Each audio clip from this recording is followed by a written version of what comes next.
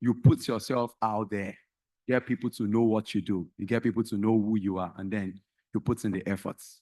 So this session is actually going to expose us to how you can get a personal brand for yourself that would be top notch.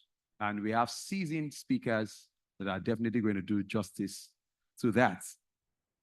The moderator is set and all the speakers are set too. So without much ado, I'll be welcoming upstage to get the speakers introduced. The speakers we have for this session are Marilyn Eze, we have Duncan, we have Eunice, but I won't be the one calling them. I'll call Abisoye to do the honors of introducing our speakers. With a round of applause, help me welcome our upstage. Thank you so much.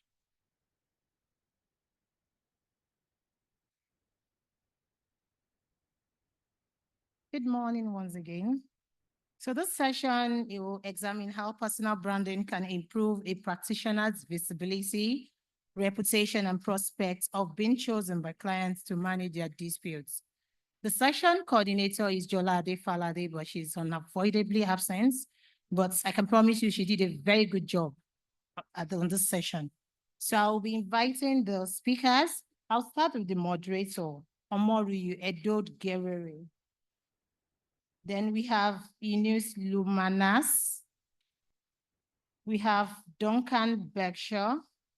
And we have Marilyn Eze. Let me also tell you that Marilyn Eze was a past YMG chair of this chapter. Thank you, everyone.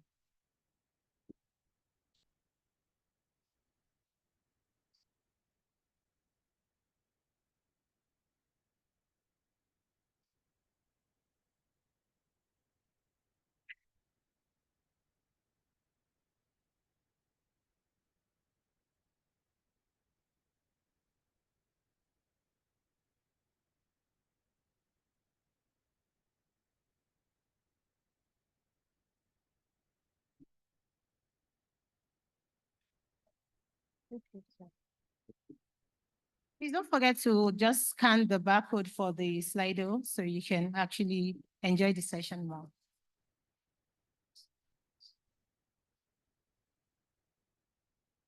Very quickly, just before the moderator takes over, if you have your tag with you, can I just see you do this? Yes. Then turn to the back. You could use this to connect to the Wi-Fi, and then the front, you could use this to download the conference brochure. So you just scan it and you can download the conference brochure. And it's a very interactive one. So you get all the features you need and you carry it along. Thank you so much. Mr. Omori, over to you.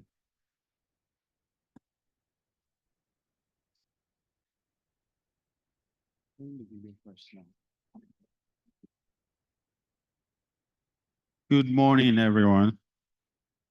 Good morning, everyone. We just had breakfast, so I'm not sure we're hungry. But I want to welcome you to this session. That's going to be interesting and different. Anyone who knows me can bet on that. For the next 1 hour or so, we will be giving fresh perspectives to something that will resonate with a lot of us who are seeking to build a career in ADR, especially young members of the branch. I want to welcome you all. And again, welcome this stellar panel from Marilyn to Eunice and Duncan. We have a solid panel, and myself, we're going to be discussing some issues. They'll be sharing perspectives from different points of view. So I'll urge you to get your notepads ready, or if you're as techy as I am, pull out your notes on your phones or your tablets and start noting down. And if you have any questions, I'm sure there's a There's a plan for that. And even for those virtually, hi, can you wave at the virtual audience? Yeah, nice. Right. Before we delve into it, we've got a video is the video ready? Are we ready to run that? Great. Now, we're giving insights on building a career on ADR, but before we do that from an experiential point of view, we realize that we're kind of old. Forget my sneakers, we're all old. So we want to get some perspectives from young people who are actively doing what we're trying to explain to you, to share some insights as to how they've been able to hack it and get it done. So for the next 5 to 10 minutes, let's sit back and watch that video. Thank you very much. Hello, my name is Christabel Njokwelu. Hello, my name is Yemi Olanio, and you're welcome. When it comes to building a personal brand, something that has been very helpful to me personally is attending conferences and training.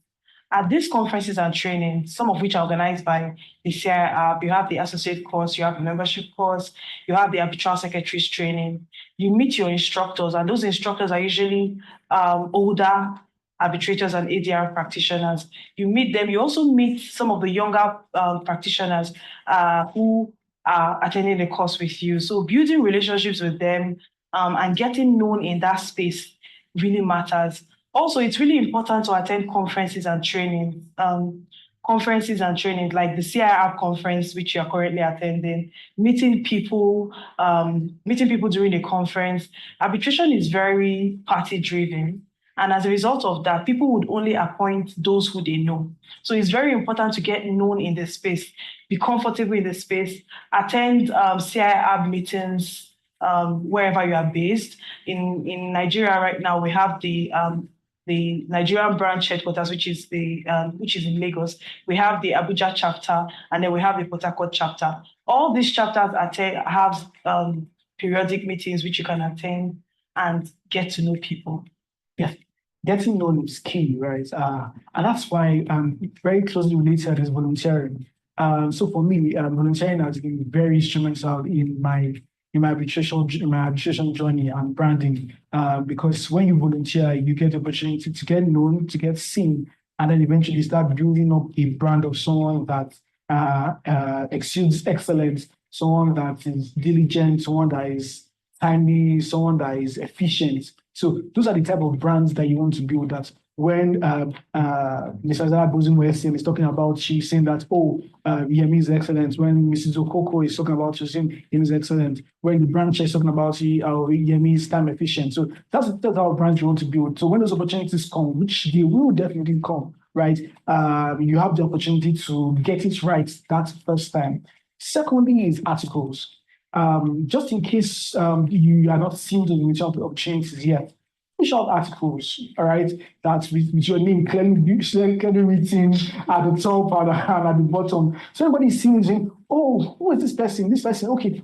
I think the first time they might not pay so much attention to it, but by the time you're dropping the second, third article on LinkedIn and other social media platforms, I'm sure definitely people will reach out to you, and then you have built a brand around that, and then people are able to now say, okay, they know this person, they're able to recommend you, they're able to call you out, they're able to put you in committees, and they're able to contribute your quota to your application space. Yeah.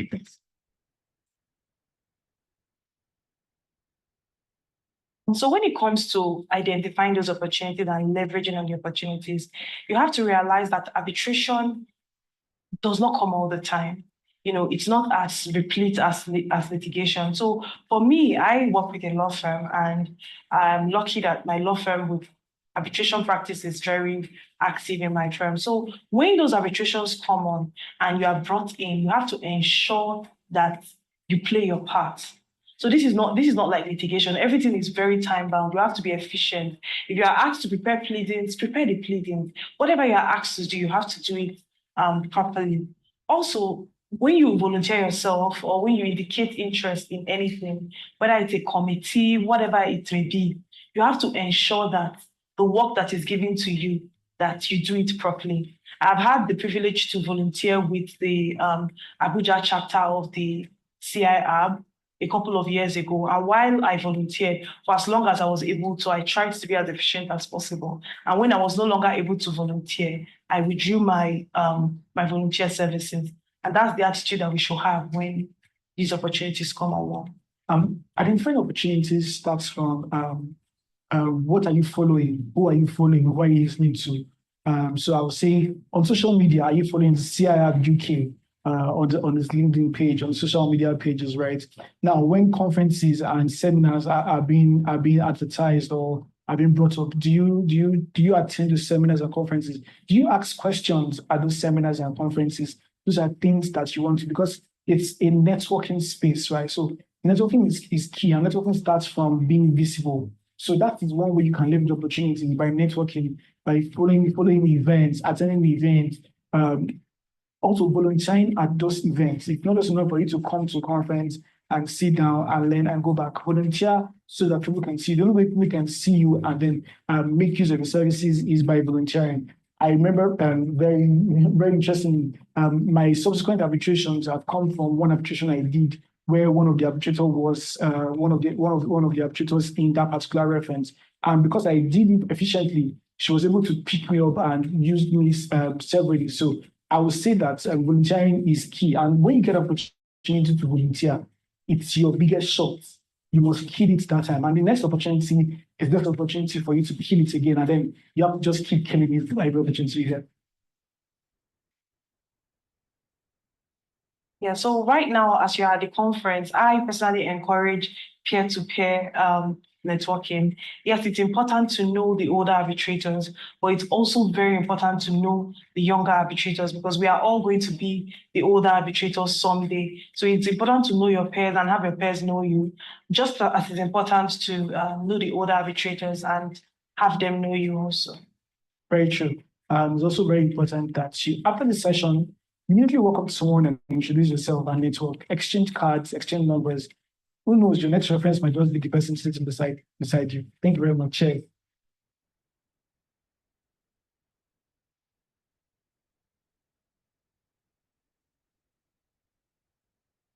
All right.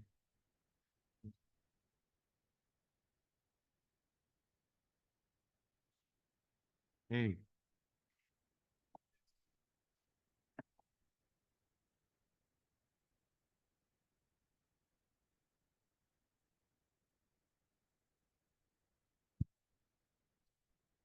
Is it?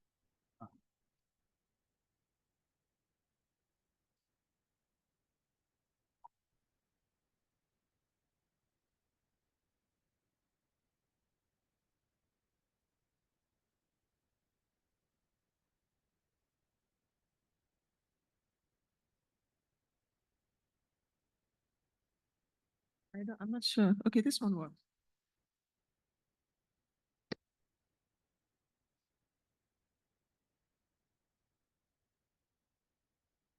All right. Thank you very much. Have they done our work or what? Thanks to the young arbitrators who shared a bit of insights. We kind of have some perspective from their own point of view. So now we're going to the stellar panel, and I'd like you to bring your fresh perspectives to building a brand in ADR. I'll start with Marilyn. Marilyn comes fully loaded with experiential knowledge and has also been at the saddle of the YMG. And so she has a bit of a perspective when it comes to starting small and growing into that role. So, Marilyn, what are the expectations of clients when choosing an arbitrator or when resorting to ADR as a means of settling disputes? I heard one of the speakers while watching the video say, look, the relationship is a lot personal. If they don't know you, it's very difficult for them to relate with you. Is that something that resonates with you? Thank you, Uyi, and good afternoon again to everyone seated. I must begin by saying that the views I express are facts that are known to me personally and are representative of my own personal facts and views on the topic. So the topic is more about ADR with arbitration, and we know that the ADR spectrum is very large. It goes from arbitration to conciliation, mediation, and all that. And clients typically, when they resort to this type of dispute resolution, they are looking for things that are not available in the regular dispute resolution procedures, say in the national courts, for instance. Our clients could be private practitioners, they could be government clients. You know, these are the broad bases of clientele that go for dispute resolution. So these clients are looking to get away from the congestion of the courts. They are looking for representations that do not subvert the sovereign immunity of the parties. They're looking for representations that are able to salvage the relationship, perhaps for future business. So these are what clients are looking for when they go to alternative dispute resolution. I know this event is organized by the arbitration group, but then it has an ADR tilt to it. So we must not neglect that there are other, it's not just arbitration, there are other avenues of dispute resolutions that we need to consider when clients are looking to resolve a dispute. We know that the arbitration, coming from a government perspective, I know personally that we find that we are the biggest, should I say litigator? We have the biggest cases sometimes, most times. And what are we looking for? It's quite known in public spaces in recent times, using the Nigerian space, for example. There's been some, would I say, I think, by my public perception, arbitration aversion. And it's very easy to point to where it's coming from. We had the process and industrial development case. We also had the Zhoushan case recently where 55 million was awarded. So what are clients looking for? And these are cases that had government involved. They're looking at cases, they're looking at dispute resolution that kind of resolves this issue without the kind of backlash these two cases had. So they're looking to select arbitrators that understand procedures, that are able to manage the cases more expeditiously. They're looking for arbitrators that are impartial, that are independent, that can be neutral when appointed. Particularly with the Zhoushan case, we see where a state organ was, the actions of state organs, in this case, Ogun State, was interpreted to be the actions of the entire federating units. So it is my personal thought that if the panel understood that sometimes state actors in Nigeria can be on a different tangent from the federal organ, they would have had in context that Nigeria operates as a federating unit. Maybe the decision would have been different. So when selecting arbitrators, we must we're looking to select arbitrators that understand the political economy of the environment and that won't undermine the process and lead to challenges, delays that would hinder the award from being recognized and enforced. Thank you, Berlin. One thing that resonates with me, and I think that anyone who read through the lines very closely with what you said, would be that your role as an arbitrator starts before the process, starts even while the transaction is being thought of, fashioned through. And I think that's the beginning of the conversation. As lawyers and as ADR practitioners, it's one thing we should take home. And so even as young arbitrators seeking to build a career or build a brand in ADR, you've got to understand that that brand begins from walking through transactions in a manner that promotes alternative dispute resolution in resolving disputes. And, you know, oftentimes may even prevent you from getting into that room and having that process because you've advised the clients with a bit of more insight. So I'll go to Eunice now.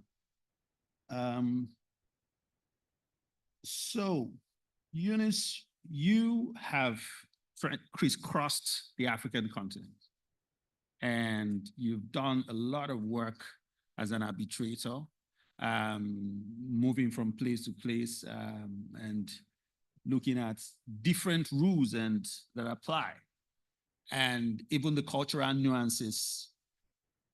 What do you think a young arbitrator needs to build a career, a practice in ADR from a global space?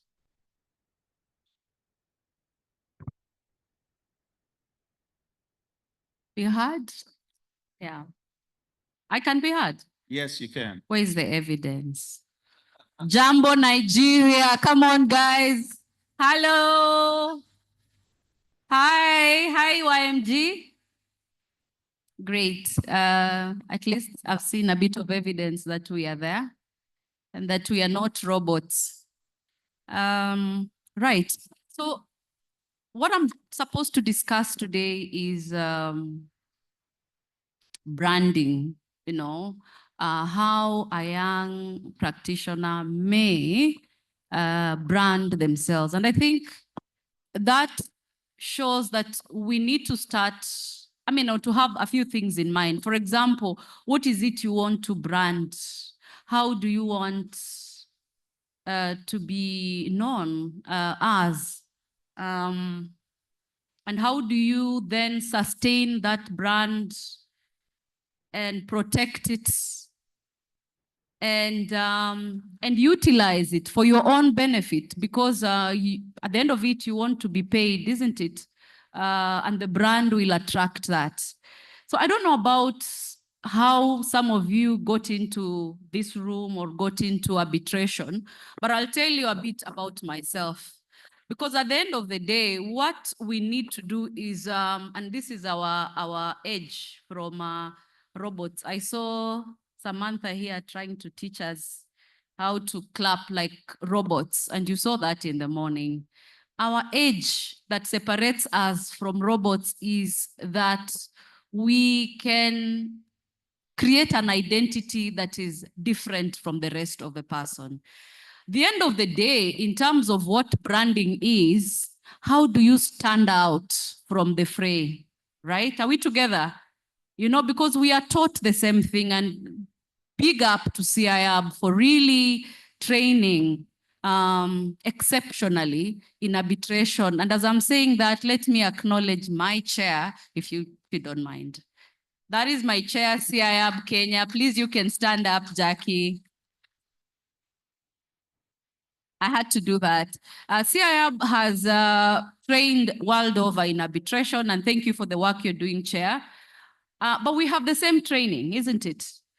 Law school, engineering, you have a basic degree, then you have your training. But then what would make me stand out from the rest, from the next person, so that my clients or parties would want to pick me and not Duncan?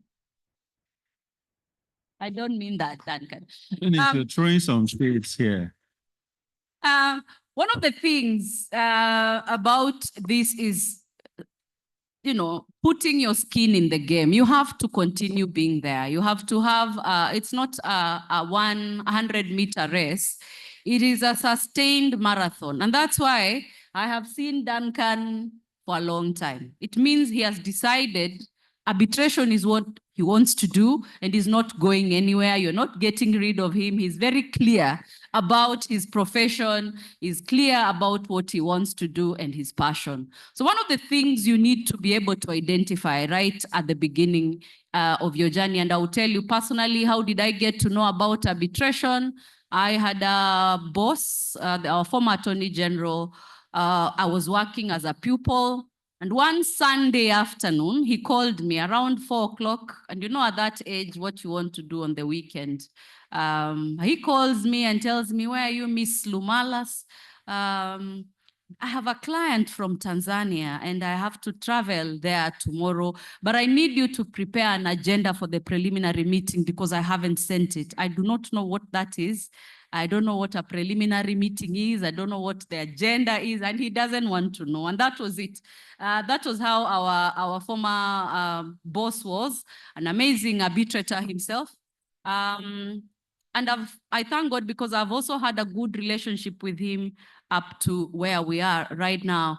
But I also run a practice, a legal practice. And I know nowadays some of the people, if you ask a pupil to prepare a preliminary meeting on a Sunday evening, they would even say, "You are pushing me, I will have a mental breakdown." And Love it. I love mental it. issues. I'm sorry, I'm not saying in a bad way, but this is my experience. I mean, Please go on, go on. yeah, and they would feel that they shouldn't be doing what they're doing on a Sunday. But I'm telling you, irrespective of the laws of the land, you have to have the right attitude to get ahead in life. Meaning, there are certain things that there are no options in. One is understanding that you need to work hard to know your trade. If you want to develop a brand, it's not enough that you look nice, you dress well, and you attend many conferences. At the end of the day, you also have to be competent, and people have to know you. When they see you, they have to relate you to what you're doing. So if I see Duncan, for example, I will know arbitration. I will know arbitration off the top of my head because I have seen him several times. He has been there, and that is what I know him for. So I think as I stop there, because we'll talk later, I may end up just speaking.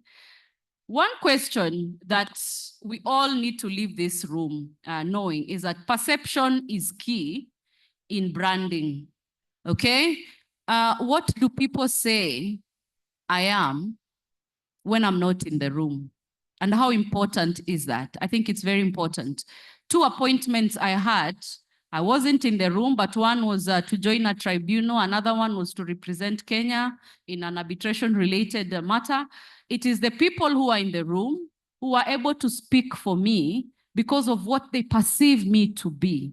So one of the questions that we must leave here knowing is, what is it that people say I am when I'm not there? Remember, one of the prophets asked that question. Those who have read the Bible, do you remember someone saying, "What do people say I am?"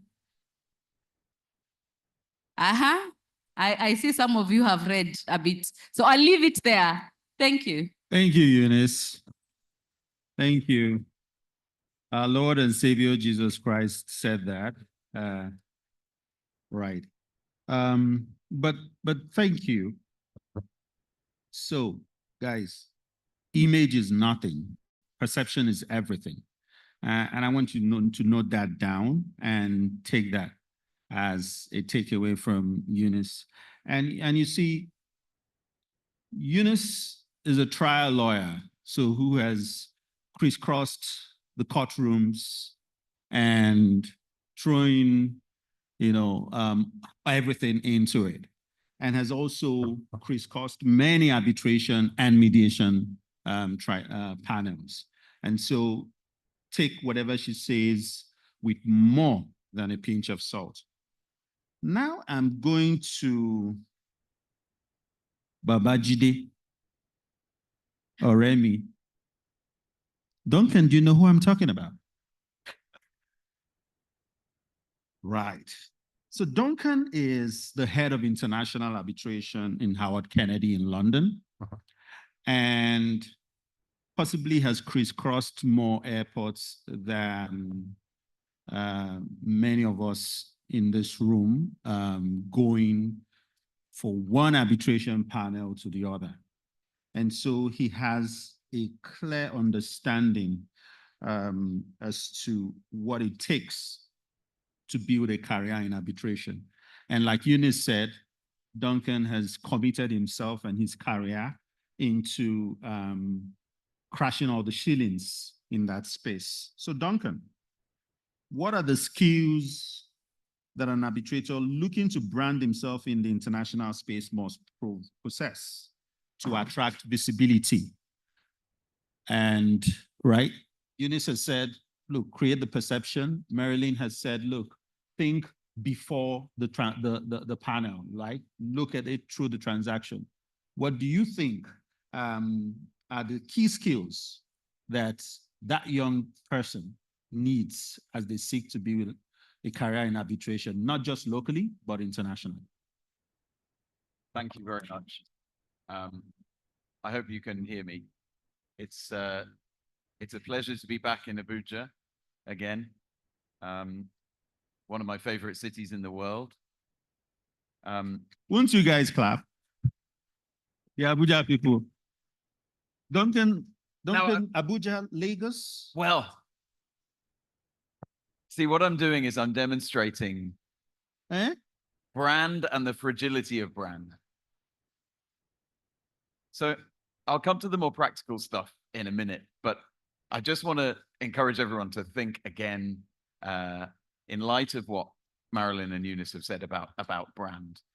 It's something so important and valuable. We all do it all of the time. So when I say to you, Cartier or Gucci, when I say to you, London, when I say to you, Donald Trump, you go first reaction, second reaction, third reaction in an instant, and that's brand. So is there a brand? Do you have any reaction at all? And if so, what is it? And this concept of brand applies as much to arbitration as it does to whether you drink Coke or Pepsi, or how you vote, or where you take your vacations, or any of those things. Because I can tell you that when you're choosing an arbitrator and a name is suggested, like it or not, you will go first reaction, second reaction, third reaction very quickly. There might be fast, doesn't think very carefully, well prepared. Or it might be shabby, always looks a mess, but very clever, but turns up late. Or whatever it is, whatever the brand is, it'll come to you like that. And you can't help it. It's how the human brain works. You will think quickly because of the effect of brand. So in practical terms, what does that mean for us and for you? It means that brands are hard to win and easy to lose and easy to change. You know, when you think about something like an experience that you've had, when you think about a cell phone provider, Airtel or something, you know, if for the last week you've had really bad service, your brand, the Airtel brand in your head will immediately go to a negative place. If you've had really good service, it'll do the opposite. And it's the same with lawyers and arbitrators. When you meet them, you want to find them engaging. You want them to be focused on the subject and have an interest in it. When you engage them, you want them to be available. You want them to be on time. You want them to be prepared. When they're representing you or working for you, as Marilyn will experience instructing external counsel, or when they're on the other side of a case, you're immediately affected by how effective they are. So this concept of brand it's hugely important, and it echoes around our practices as arbitrators. But I just want to be a bit more practical for a minute and talk about things that feed into it, skills that aspiring arbitrators and arbitration counsel need to have. The first thing I would say is don't forget to look close to home before you look at the wide horizons. Your brand, first and foremost, is created at home. It's created in your office. It's created amongst your colleagues.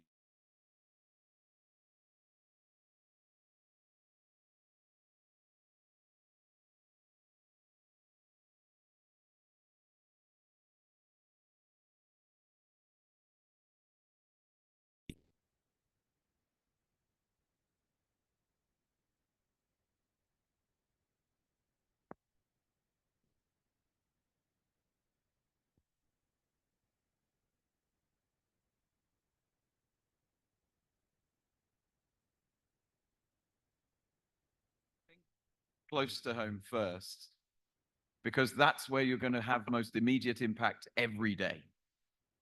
So the way you do work, the way you have relationships at work, the way you are proactive in your work, the way you make an impact by coming up with ideas, by volunteering to take on responsibility for parts of the work, for being the master of the strategy, or at least the task list, the project management, whatever it is, especially as a younger lawyer, whatever it is you can do to make an impact starts to build a brand. Whereas taking a back seat all the time, waiting to get instructions, not taking the initiative, risks not building a brand at all. And as I say, brands are fragile things, but if you don't have one at all, then when somebody hears Coca-Cola, they have no reaction. They don't think of anything. Externally, just the second half of the practical skills that I want to talk about for a moment. Externally, we've heard in the video introduction, and we'll talk more about it. There's a lot of practical things you can do, and I won't go into reciting those. But what I wanted to say is two things. First of all, you are most effective and you will be consistent and persistent if you are faithful to yourself and the brand you present is actually genuine and authentic. Eunice very kindly said, well, you know, she's seen me a lot around for a long time talking about arbitration. If I didn't have a proper interest in it, if I wasn't passionate about it, I wouldn't have been able to sustain that. I would have got distracted by other things. I would have put other priorities first. I would have taken whatever work there was available, regardless of what area it was in. If you have a genuine interest in something and a passion for it, you will not run out of steam. You'll keep going and keep building the brand that you're looking to create. The second part of what I wanted to say is that don't be confused into thinking that arbitration is one thing. Arbitration is not one thing. You can be a lawyer or an engineer or an architect or a surveyor or another kind of professional, but your job as a party representative or expert in the arbitration and the job of an arbitrator are very different things. And you need to have two brands in this world, or only one brand. You take your pick between counsel and arbitrator, but they're not the same brand. Imagine what you want people to think when they hear your name as counsel. They want to think you're robust, determined. They want to think you're creative, that you paint pictures. They want to think that you will take risks on their behalf to get the result that they need. They will want to think that you think outside the box and come up with brand new ideas that nobody has ever thought of and then run with them. Most of that isn't what people are looking for from arbitrators. Mostly from arbitrators, they're looking for, first and foremost, hard work and preparation. Secondly, scrupulous balance. And I'll come back to this a bit later. Scrupulous balance, the ability to eliminate irrelevant matters and focus on what is relevant. And they're looking for rigorous analysis of problems to try and get the right decision, protecting both parties' opportunity to put their case. These things are such different brands that it's quite a good idea in the world of arbitration to think, which brand am I working on? And I'll be happy to be clear and open with all of you. I'm always working on my counsel brand. If somebody wants to think of me as an arbitrator, that's fine. But I prefer to work on the brand as counsel, as a voice, as an arbitrator, an arbitration advocate, as someone who speaks rather than someone who decides. So those are my opening practical skills that I would recommend for Maurice. I hope that's a good start. Thank you. Thank you. Thank you, Duncan. I hear you clearly, and I hope that the audience have. One of the key things you've said is you've got to look inward first before you look externally. So get yourself, build that perception at home, and then market yourself to the world. Thank you for sharing those insights, and be very passionate about what you want to become. But you've also ended by saying you don't want to be boxed into a corner with a particular title, but Eunice already has, and I'm sure she'll continue to give you a run on those panels globally. But I'm coming back to Marilyn. Marilyn has 20 plus years in corporate commercial legal practice, and for over 10 years has been general counsel in one of the leading energy regulators in Nigeria and even in the region.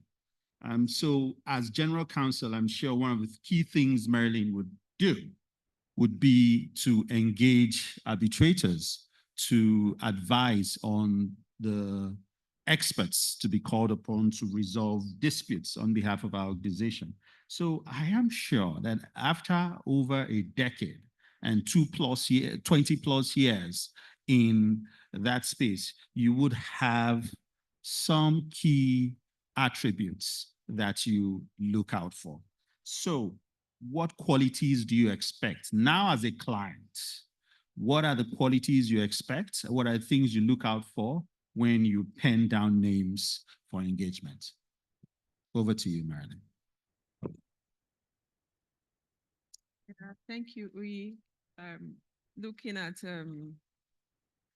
when a case is brewing, I would like to look at it from a perspective of saying that clients are actively looking out for possible dispute resolution specialists, even when there is no disputes. The first two speakers have told us, developing a profile, developing a reputation is something that must be active and intentional. So you don't develop a profile at point of sale, if I could talk in the business way, but your profile must have been developed intentionally over the years. And you must have put yourself out for certain skills, to have certain skills and certain reputation in the field before the dispute arises. So that when the dispute arises, you're the first name that comes to mind. It's more like a search engine optimization, but this time around in the brain. And one thing companies would look to, or organizations would look to when picking arbitrators, sometimes these arbitrators are already engaging actively with the firms.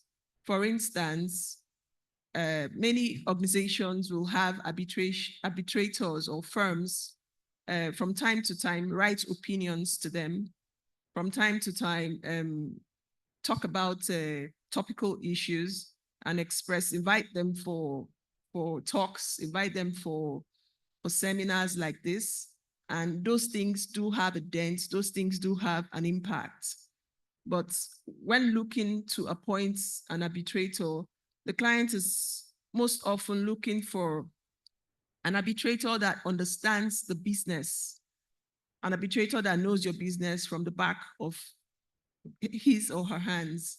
So it's an arbitrator that understands also your cultural nuances, understands, like I said earlier, in past arbitration cases that have come to national limelight, arbitrators that understand the political economy, so that while on their neutrality, while their characterized neutrality is there, they also have an in-depth grasp of what could possibly happen in countries like Nigeria, just to use Nigeria as an example. If I go to the P&ID case, almost every Nigerian will know that the Ministry of Petroleum is not in charge of giving out contracts for gas. But because I want to assume that the arbitrators selected at that point they didn't know this this fact that NNPC is the one that could contract for gas assets. So it was handled as a technical issue, more so to speak. So a client is looking for an arbitrator that's, understands your nuances in the region, in the country. We're also looking for an arbitrator that also understands the framework in which you're operating. For instance, if it's an ICC case, the client is looking for an arbitrator that understands the ICC rules, or if the arbitration is under UNCITRAL or LCIA, we're looking for arbitrators that understand how this works. Sometimes we're also looking for arbitrators that are versed in, that have that balance between civil law and common law, because sometimes the cases could swing either way. So we want to have arbitrators that understand. It's more like beginning with the end in mind, because take or leave it, when you have a panel, you want to be able to foresee how the arbitrator chosen would think in different scenarios.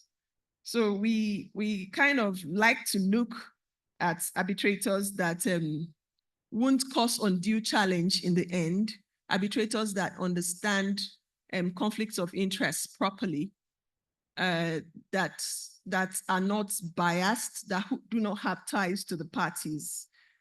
Another very critical thing we would like to see is an arbitrator that has good communication skills, arbitrator that is able to manage the arbitration case properly, someone that knows how to handle the parties, how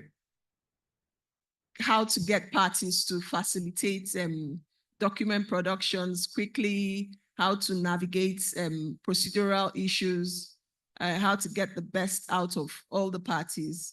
So these are the kind of qualities we're looking when picking arbitrators. Sometimes we have specialized contracts, and it's nice to have arbitrators that have demonstrated over the years by building a profile. Or say, I'm a construction arbitrator. I know what it means to have liquidated damages. I know what it means to have cost overrun in a project.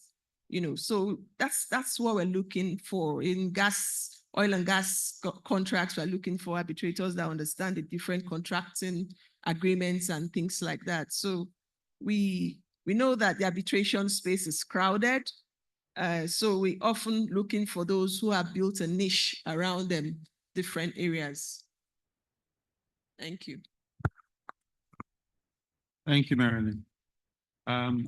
But just in 30 seconds, it would be good to throw a bit of light. As you seek to build a career as an arbitrator, and as you're trying to build prominence, is it advisable to build your prominence around a particular sphere? Because what I hear you say is you want an arbitrator that understands your market, that understands your ecosystem.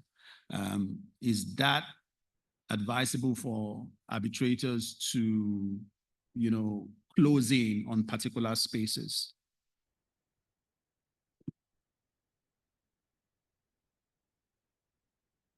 I think the dispute resolution market is very wide, and it's so wide that being a generalist may not really, that's my opinion, that being a generalist might not really help. But then with arbitration, there's a bouquet of soft skills that you probably will have. So even if you're not a legal expert or you're an engineer or something, related to that, you'd be able to, that there's a soft skills part and there's a specialized skills part. And clients is basically looking for a panel that is balanced, a panel that is able to speak to the different sides of the dispute.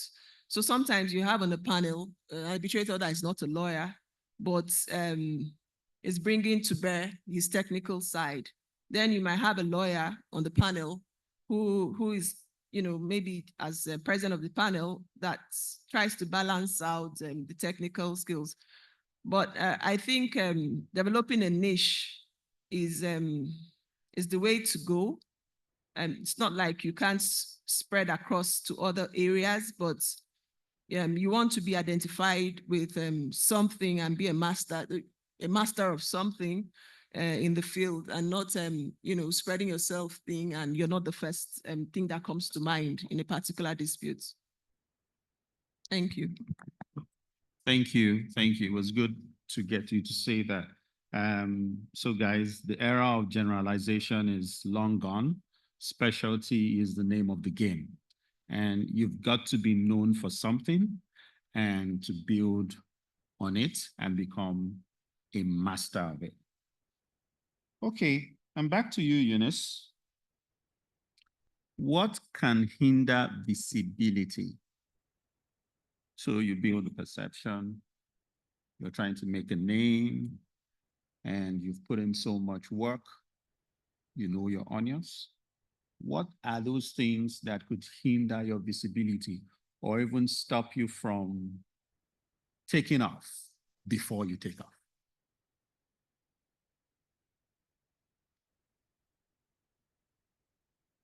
Okay, looks like a simple question, but it's quite technical. What would hinder visibility? I think one way to look at it is if a young arbitrator, for example, believes that that it's wrong to be seen, for example, in an age such as we are living in, there are so many AI tools. And I know we don't learn those in school, but there should be a number of now young arbitrators, young lawyers, young practitioners in ADR who are intentionally going out to learn how to use those tools effectively. Also, there are a lot of people on social media. I think everybody, or a large number of people, have smartphones.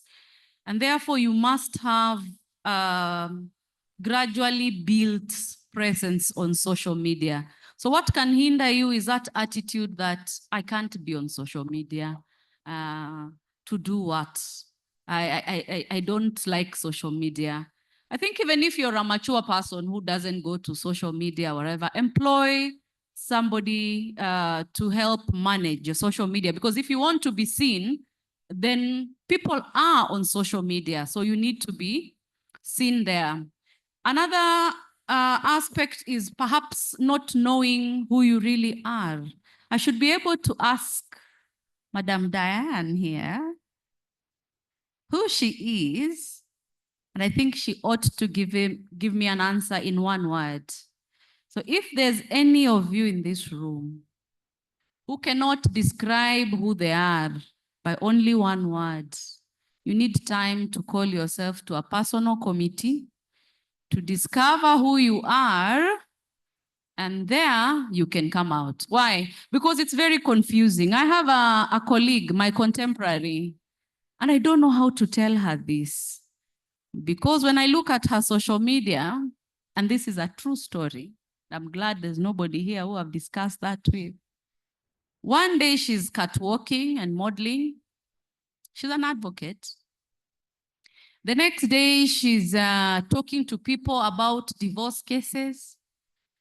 The next day she is somewhere on a beach, straddling and showing that on social media.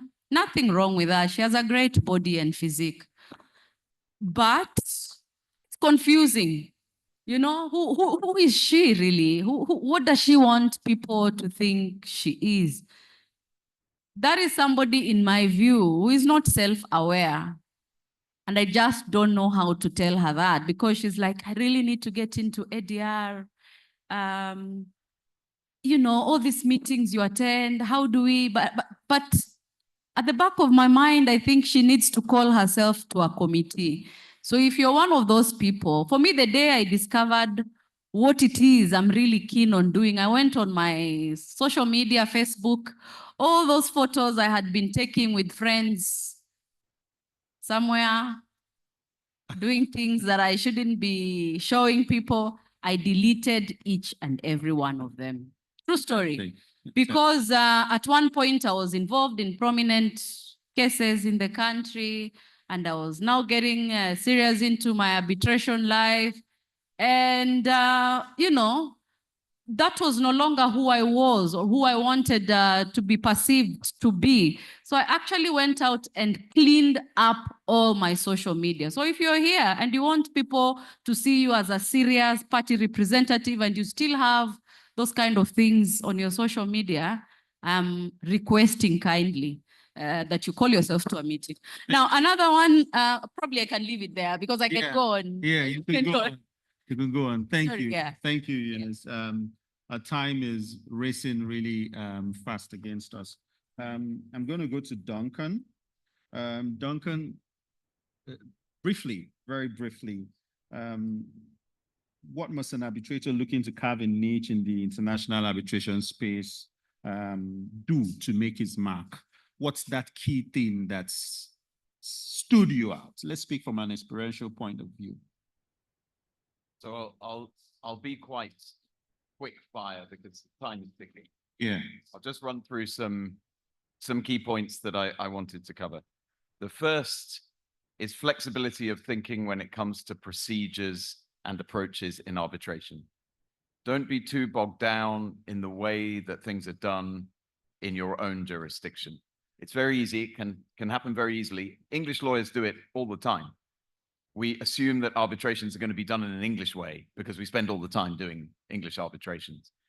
If you can avoid getting bogged down in that and show an openness of thinking to different approaches, different procedures, it's really going to impress the international community that you're someone who rises above a little bit the jurisdiction that you were originally trained in. The second point I wanted to make is that it doesn't generally help to exaggerate your abilities too much.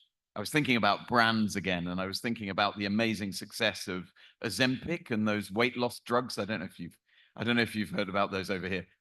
Those drugs had their success partly because people kept losing weight, and everyone was saying, "How are they doing this?" And they found out that it was these drugs, and the brand was built on performance, not on message first, on performance first. Contrast with a company called Theranos that you might have heard of, which did a huge amount of branding work in order to build a reputation for being a fantastic miracle player in the pharmaceuticals diagnostics industry. It couldn't actually do anything, but they were hoping if they built the brand, they could make the product good afterwards. So be Ozempic, don't be Theranos. Do something good, let people learn from it rather than just talking about it. The third thing I'm very glad that Marilyn and Eunice have covered, which is your elevator pitch. You know, I said when people hear your brand, they go 1, 2, 3. They think of 3 things. Make sure you've given them those 3 things. So for me, I'm an international arbitration lawyer. I love doing cases relating to Africa, and I mainly do commercial cases in the energy sector. I want people to think of that, boom, boom, boom, when they hear my name. And if you tell them first, they're more likely to think of it. And the other point I was going to make was if you're starting out, a great avenue to getting interesting experience, interesting being the key. Doesn't have to be $1 billion involved. It can be interesting whether it's $1,000 or $1 billion. Look at doing pro bono cases in the arbitration world. I know it's time consuming. It doesn't make you money, but in the long term, it builds your brand. The other day, someone said to me, "Have you ever appeared in front of Albert Jan van den Berg?" And Albert Jan van den Berg is a well-known arbitrator, does a lot of PCA cases. And I was able to say yes because of a pro bono case that I did years ago. It's the only case I've done where I appeared in front of him. But I was able to say yes and talk about it, which helps my brand because people say, "Oh, you've appeared in front of this big name arbitrator." But I could only do that because I'd done this pro bono case, not because someone had paid me $1 million to do it. But it was very good for my brand. So pro bono cases, excellent for building up interesting experiences. Talking about interesting experiences is just as valuable as talking about the $1 billion cases, I would say. Great, Thanks. great. Thank you, Duncan. But hold that thought. Duncan, so you eventually got that brief because of, did you eventually get the brief? I was already briefed and they were asking about potential arbitrator candidates. Okay, so that put them at rest. Exactly. When you know people's reputations and a client asks you about someone and you can give an informed view, that really helps them to perceive you as someone who's plugged in. So in Nigerian parlance, that free work you did gave you visibility. When you speak to young professionals, they'll say, visibility does not pay my bills, pay me, right? But it's good that you know now that sometimes you've got to learn the fine lines and get a bit of understanding. So between Eunice and Duncan, they've said something very important. Eunice has said, look, you want to be out there, right? You've got to build your visibility. And if you don't want to be seen, you will not be seen. Just to put things in context, 60% of the world population is on social media. 3.96 billion people use social media. And if you don't get out there, these 3.96 billion people will not see you. And so you'll just be the best in your little cocoon. If you want to be seen, you've got to go out there. But Duncan gives us a caveat, and one that we must take very seriously. Be very wary of who you say you are if you have not built competence. And to the young ones here, young lawyers seeking to build a career, I'm going to come to your LinkedIn pages. And I'm going to shake this table. We've got to stop aspiring to perspire. Right? So you've got to be very realistic with your bios on LinkedIn. You've got to be very careful with the things you've said you can do, right? With all my years practicing, I've interfaced with lawyers with very fantastic bios on LinkedIn and very little knowledge in reality. And so, especially in the era of AI, be very careful, be very modest, right? I'll give you an analogy. I bounced into a young lawyer's LinkedIn page, barely a year at the bar, and she was saying, note to my younger self. And I was very intrigued. And after reading it, with my understanding of artificial intelligence, I obviously knew that she had ChatGPT'd her way into that post. But then I looked to her bio and I saw that she was basically just lying. And that's the thing. People like us on this side of the divide, we can see through you. And we know when you're lying, we know when you're embellishing, and we know when you have the substance. So while you're trying to build visibility, tone it down. And then highlight the experiential work that you've done in very clear, simplistic terms, right? So people always joke that on LinkedIn, you could change a bulb and then analyze it as if you've built a whole house and wired it up.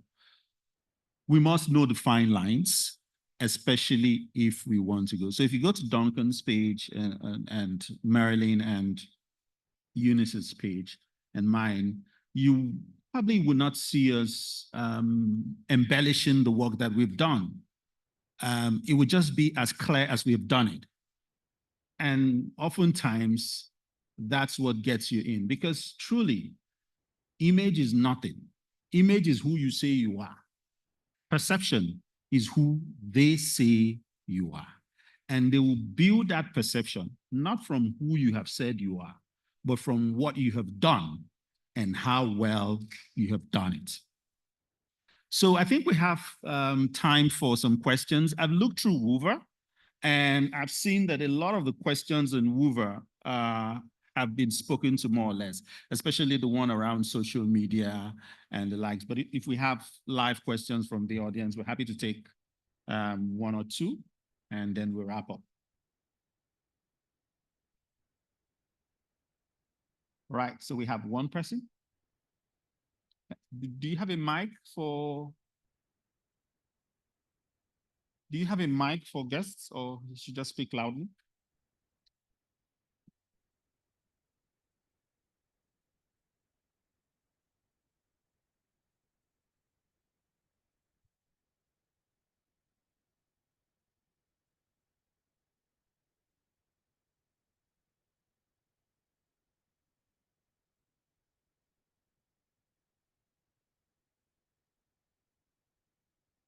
Good afternoon, distinguished professionals. My name is Adeoye Olajide Boyega. I'm a quantity surveyor, but I have interest in arbitration. And as such, I did a competency in domestic arbitration that qualifies me to be an associate of CIARP. But that said and done, as a quantity surveyor, my fear is, can my profession place any limitation on me to achieve the peak of being an arbitrator, or I can only be restricted to be maybe an expert witness? One. Then the second question, which is more like question or maybe advice, what role is collaboration playing among people in legal jurisdiction and other professionals, taking into consideration the case Madam just mentioned, P&ID case? If you follow that case, you realize that no quantity surveyor was on that case. And I think that was probably one of the reasons why Nigeria was so embarrassed with the outcome of that case. Thank God that they've turned it on. Over. Okay, thank you. Thank you. We're pressed for time. So you've asked 2 questions. Anyone care to? All right.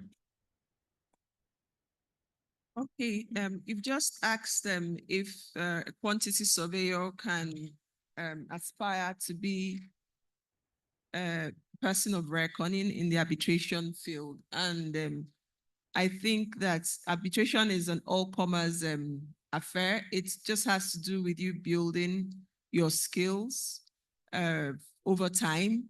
There have been a lot of well-known arbitrators that are not lawyers. So the interest should be cultivated, and the skills in adjudicating disputes is really what you need to have. And learning through organizations like SIAB, it just helps you build that profile. And very soon, no one will know if you're a quantity surveyor or a lawyer, and you just be an expert in the field. Thank you. Right. And Duncan, this spoke about collaboration. Yes. I'm going to restrict myself to 1 point on collaboration. And that's really a plea to the more senior lawyers and arbitrators in the room. Some of them are at the front. Some of them are further back. There's nothing that builds the profile of the more junior lawyers than giving them a real and meaningful role in the presentation of arguments in writing and orally.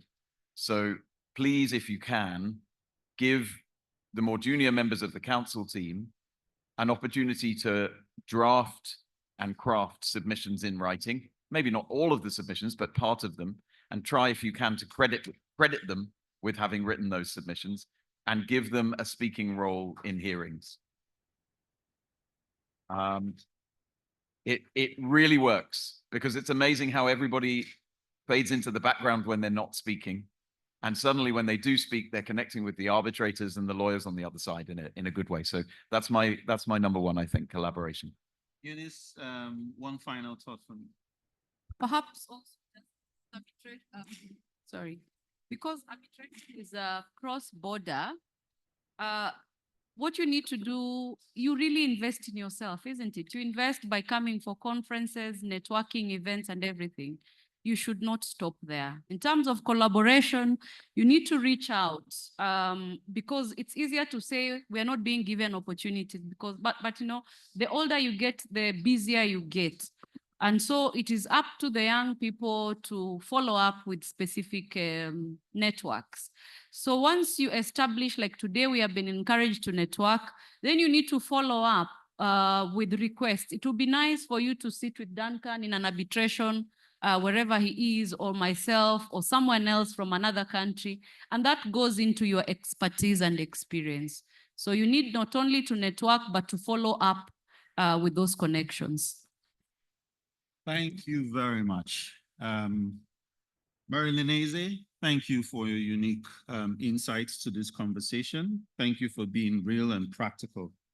Duncan Bagshaw, thank you for giving us fresh perspectives to new insights. And Eunice Lam-Malas, thank you for being a breath of fresh air and making this conversation fun. It's been very interesting speaking to you. And to the audience, thank you for listening, not getting bored. I hope we've been able to give you a thing or two to change your perception or to reinforce your belief as to your journey.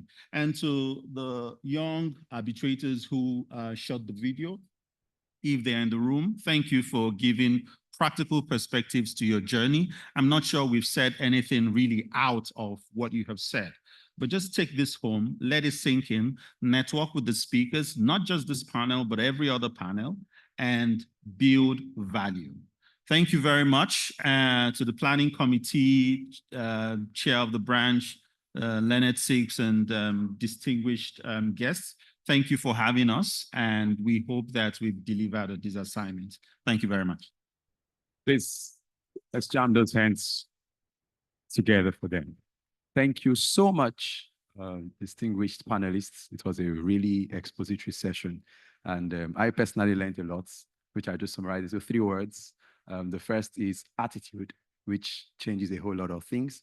And the second is competence, develop competence, and then discover yourself and push yourself out there. So personally, I'm going to improve in my skills. I'm definitely going to ensure that I push myself out there much more.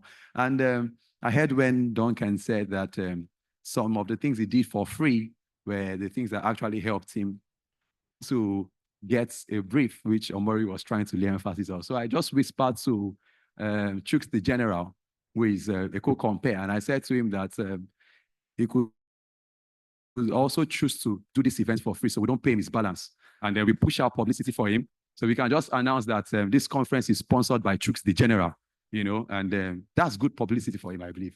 So that's just by the way, thank you. So without much ado, I'll be welcoming upstage Professor Paul Idonige, SAN, Senior Advocate of Nigeria, to present.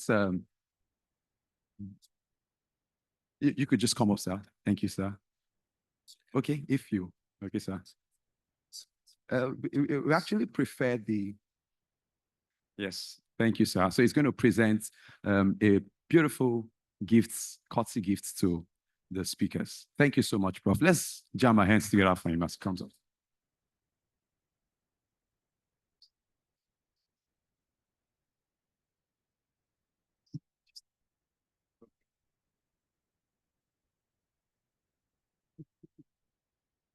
I think we should be gender sensitive, so we'll start with the ladies first.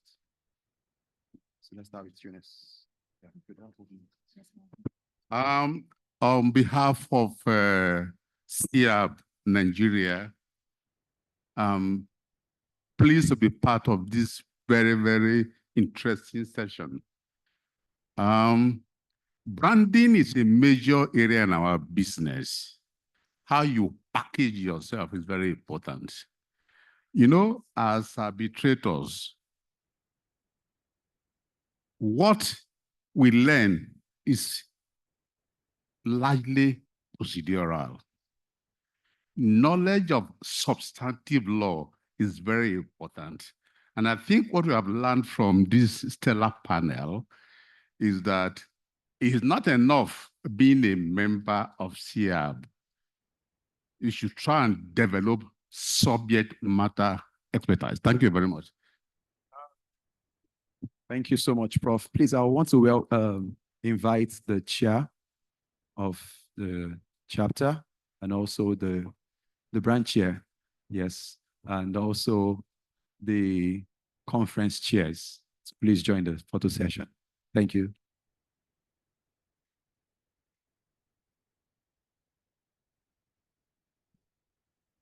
Branch chair, please, and co-chairs of the conference.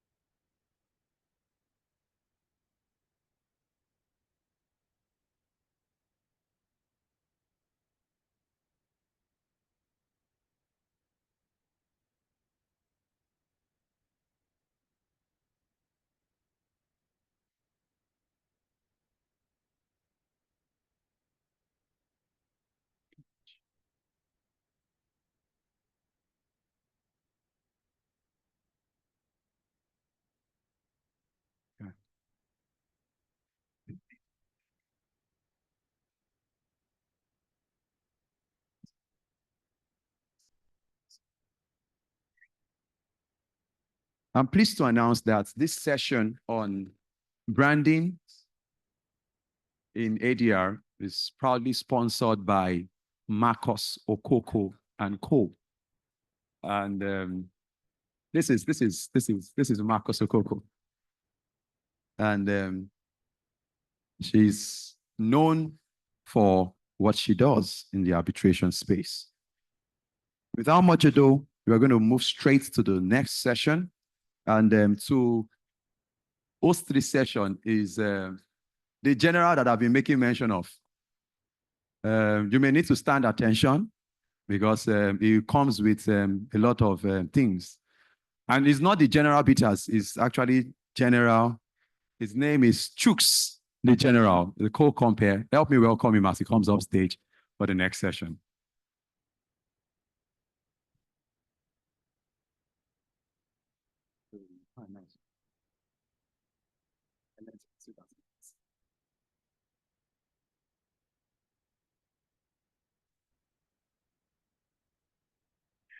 I'd like to say very good afternoon to you all, distinguished ladies and gentlemen.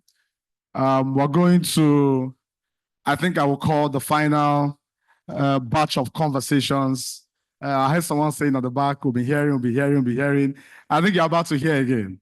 So we're going to a final batch of conversations, and this will be a quick symposium. We've heard about branding, very key, even in the job that I do. And the question from now is, men and brethren, what shall we do? So the next talk is about career advancements. And we're going to branch off into mentoring, networking, enhancing negotiations. I think the next segment is very key. And so in case you're getting tired a little bit, just shake it off and be ready to get the next impact. So just to get you to exercise, can you put your hands together for everyone that's spoken today? Please, can you put your hands together? Can the clap be a little louder?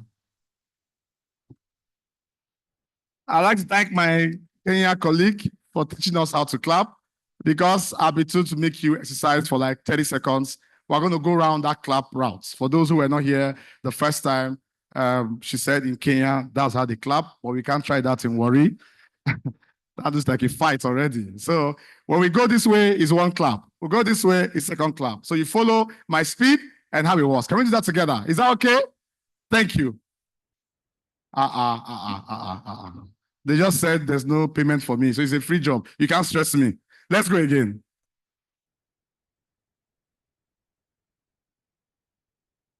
You are not following me. Okay, that's fine. I'd like to invite very quickly, let me announce that this particular next segment is proudly, next session, is proudly sponsored by Duale Ovia and Alex Adedipe. Please can we put our hands together for our proud sponsors? Thank you very much. I'd like to invite the coordinator for this session, and let me with all due respect, invite Lauren Dacon.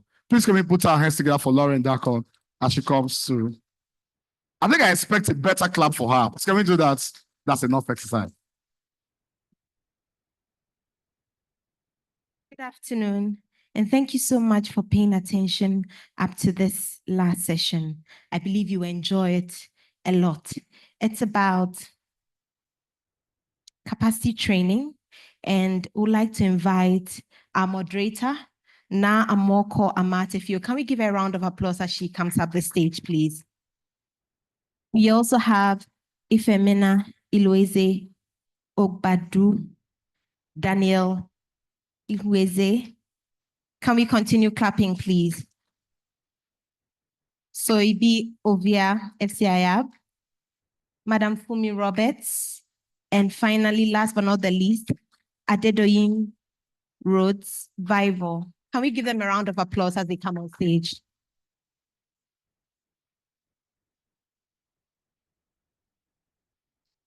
As they come on stage, we just want to remind you that I'll be learning about networking, mentorship, and improving on arbitration and mediation skills. Thank you so much, our panelists, for accepting our invites. Please don't get tired of clapping. Thank you.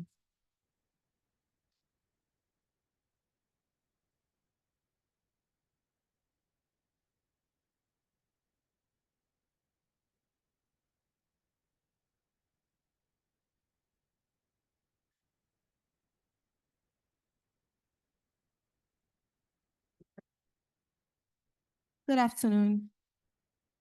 And welcome to what happens to be the last session. I think we've heard from other panelists, particularly the one preceding this session, on how to personally brand ourselves within this ADR circles. I think we've taken a thing or two.